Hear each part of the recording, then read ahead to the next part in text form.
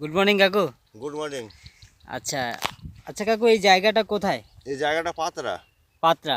তা এটা হচ্ছে নর্থ 24 পরগনা, হ্যাঁ, হ্যাঁ। হাসনাবাদ লাইন ধরলে তাহলে স্টেশন, মানে আপনাদের কয়টা কদম গেছে। করে কদমগাছি, তো ওখানে পাত্রার মাঠ এটা, তাই তো? হ্যাঁ, পাতরার মাঠ। আচ্ছা কাকুর নাম কি? আমার নাম হচ্ছে হানিফ শাহজি। হানিফ সাহাজি। হ্যাঁ, আচ্ছা কাকুর সাথে আগেও কথা হয়েছে, পরিচয় আছে তাই না? হ্যাঁ, পরিচয় আছে তা তোমার সাথে। তোমার যে এখন বর্তমানে কি চাষ করছো এখন? আমি এখন এই শসা লাগিয়েছি আর এই বেগুন।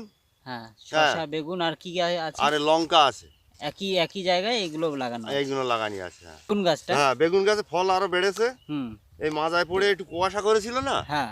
এই কুয়াশায় আর ওই তেল পাউডার ব্যবহার করার পরে বেগুনটা বেড়ে চলবে।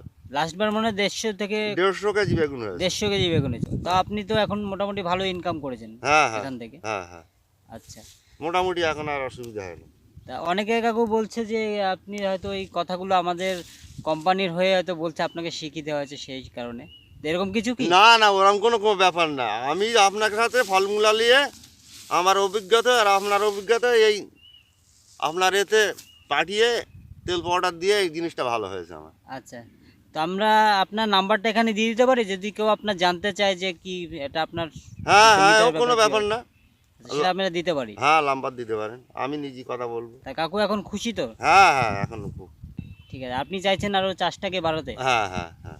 ঠিক আছে কাকু, ধন্যবাদ। আচ্ছা।